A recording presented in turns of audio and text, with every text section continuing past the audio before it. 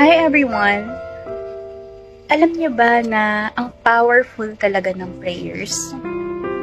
Di ba may mga araw na parang ang bigat-bigat ng lahat, yung tipong hindi mo na alam yung gagawin mo. Napapaiyak ka, di ba?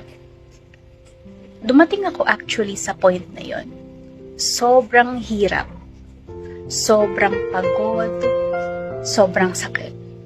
Pero, sa gitna ng lahat ng iyon, ginawa ko ang tanging alam kong sandalan. Alam niyo ba anong ginawa ko? Nagdasal ako. And I cried out to God.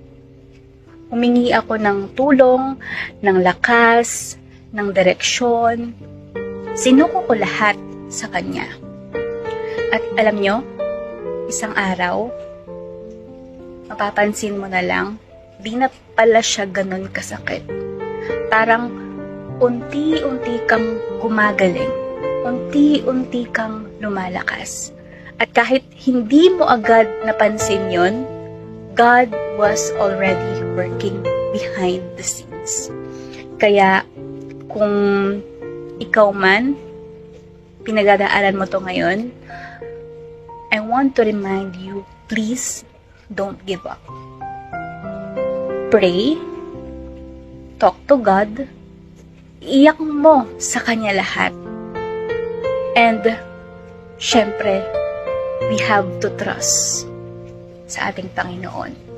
Because He's healing you. He's growing you. So, palagi din nating sabihin, Lord, thank you. Sa lakas, sa pagmamahal, sa tahimik na pagpapagaling at sa panibagong pag-asa sa araw-araw. Yun lamang. Don't forget to like, share, and follow for more faith-filled vlogs. See you on the next one. God bless!